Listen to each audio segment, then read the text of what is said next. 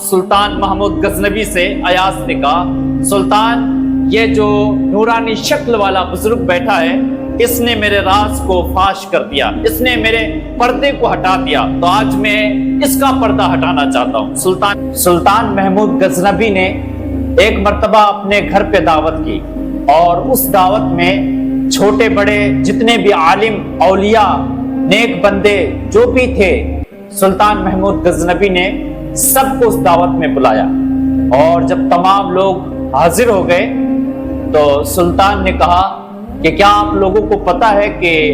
ہم نے آپ لوگوں کو کیوں بلایا ہے اس دعوت خاص پر؟ تو تمام علماء کرام نے جواب دیا کہ مجھے تو نہیں معلوم آپ نے کیوں بلایا ہے، اس وجہ سے تمہیں بلایا ہے تو ان میں سے کیا کوئی ایسا ہے جو میری ملاقات حضرت خضر علیہ السلام سے کرا سکے؟ یہ جب بات کہی سلطان نے تو سب نے نیچے دیکھنا شروع کر دیا، کیونکہ خضر علیہ السلام سے ملاقات کرنا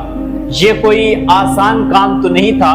تو پھر سے سلطان محمود نے کہا کہ کون ہے تم میں سے جو میری ملاقات خضر علیہ السلام سے کرا سکے؟ تو کوئی نہیں بولا۔ سلطان محمود غزنوی نے پھر ایک بار مجمع کی طرف دیکھا، کوئی نہیں بولا، سارے لوگوں پر خاموشی چھائی ہوئی ہے۔ پھر دیکھا کونے سے ایک دیہاتی لنگوٹ پہنے ہوا، سر پہ گرد غبار کے اثرات ہیں، لگتا ہے کہ سفر سے چل کے آیا ہے، وہ کونے سے اٹھ کے کھڑا ہوا۔ تو اس نے کہا سلطان اگر آپ اجازت دیں تو خضر علیہ السلام سے ملاقات میں آپ کی کروا سکتا ہوں۔ تو آپ اسے قریب بلایا اور کہا کیسے ملاقات کروائے گا، جبکہ ان تمام لوگوں میں جمع ہوئے بڑے بڑے دانا بڑے بڑے علم والے شخصیات یہاں پر بیٹھی ہیں، اور تو نے یہ دعویٰ کیا ہے تو بھلا مجھے بتا کس طرح سے میری ملاقات کروائے گا۔ تو وہ دیہاتی شخص اٹھ کے کھڑا ہوا اور کہنے لگا حضرت میرے پاس ایک وظیفہ ہے،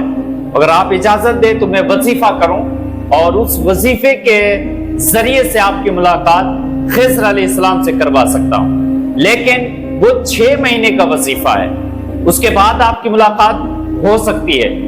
حضرت سلطان محمود غزنوی نے فوراً کہا کہ جاؤ پھر جلدی سے وہ وظیفہ کرو اور میری ملاقات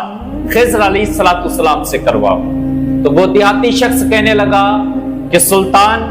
6 مہینے کا وظیفہ ہے اور میں بڑا غریب ہوں، میرے 8 بچے ہیں، ماں ہے، باپ ہے، بیوی ہے، میں ہوں، اور 6 مہینے وظیفہ پڑھنے میں لگے گا، اور ویسے بھی مشکل میں چند ٹکڑے کما پاتا ہوں، ویسے ہی بمشکل اپنے گھر والوں کا پیٹ بھرتا ہوں مزدوری وغیرہ کر کے، اور اگر 6 مہینے تک وظیفہ کیا تو ہمارے گھر والوں کو کھانا کون کھلائے گا، میں تو آپ کے وظیفے میں مشغول ہو جاؤں گا۔ تو سلطان نے کہا اگر تم میری ملاقات خضر علیہ السلام سے کرواؤ گے، وظیفہ کرو گے 6 مہینے کا، تو آج سے میں حکم دیتا ہوں کہ 6 مہینے تک شاہی محل سے تمہاری فیملی کے لیے کھانا جائے گا، 8 بچوں کے لیے، بیوی کے لیے، ماں باپ کے لیے اور تمہارے لیے، جاؤ تم وظیفہ پڑھو۔ فوراً سلطان نے اپنے ایک وزیر کو بلایا اور کہا 6 مہینے تک شاہی محل سے اس کے گھر کھانا جانا چاہیے۔ اب وہ گیا دریا کے کنارے بیٹھ گیا اور وظیفہ پڑھنے لگا۔ 6 مہینے تک سلطان محمود غزنوی کے گھر سے کھانا جاتا رہا۔ 6 مہینے پورے ہو گئے، ادھر سلطان نے تمام علماء کو، تمام نیک بندوں کو پھر سے جمع کیا، اس انتظار میں کہ 6 مہینے پورے ہو گئے، وہ آتا ہی ہوگا اور آج میری ملاقات خضر علیہ السلام سے ہوگی۔ وہ شخص آیا سلطان محمود غزنوی کے پاس، سلطان نے جب دیکھا تو کہا جلدی میری ملاقات خضر علیہ السلام سے کرا۔ تو وہ بڑے افسوس کے ساتھ ایک خبر دینے لگا، کہا سلطان زندگی کی معافی چاہتا ہوں، تھوڑی سی مسٹیک ہو گئی، تھوڑی سی غلطی لگ گئی وظیفے میں، اس وجہ سے اس بار وظیفہ رد ہو گیا۔ تو سلطان محمود غزنوی نے کہا وہ کیسے؟ تو کہا تھوڑی سی مجھ سے نادانی ہو گئی جس کی بنا پر سارا وظیفہ ہی رد ہو گیا، پورے 6 مہینے چلے گئے۔ تو سلطان نے کہا اب کیا کریں؟ تو اس شخص نے کہا اب 6 مہینے اور مجھے دو تاکہ میں وظیفہ کروں اور آپ سے آپ کی ملاقات خضر علیہ السلام سے کرواؤں۔ تو سلطان نے کہا ٹھیک ہے، لیکن اب یہ لاسٹ موقع ہے تیرے پاس 6 مہینے کا،